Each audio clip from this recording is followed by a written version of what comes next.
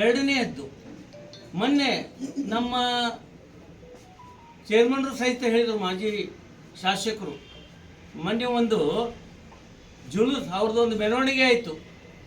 ಆ ಮೆರವಣಿಗೆಯಲ್ಲಿ ಯಾವ ಧ್ವಜಗಳನ್ನು ಹಿಡಿದರು?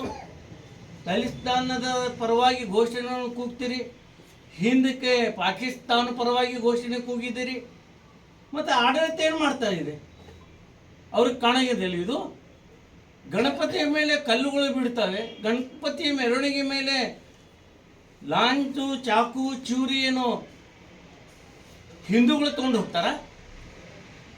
ಇದಕ್ಕೇನು ಉತ್ತರ ಇದೆ? ಗಣಪತಿಯ ಮೇಲೆ ಚಪ್ಪಲಿಗಳನ್ನು ಒಗಿತೀರಿ ನೀವು.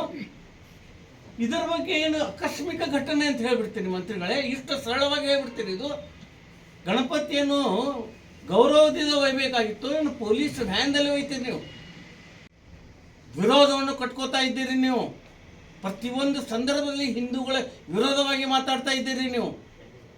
ಖಲಿಸ್ತಾನ್ ಜಿಂದಾಬಾದ್, ಪಾಕಿಸ್ತಾನ್ ಜಿಂದಾಬಾದ್, ಪಾಕಿಸ್ತಾನದ ಧ್ವಜಗಳು ಏನು ಮಾಡ್ತಾ ಇದೆ ಆಡಳಿತ? ಇನ್ನೊಂದು ಈಗ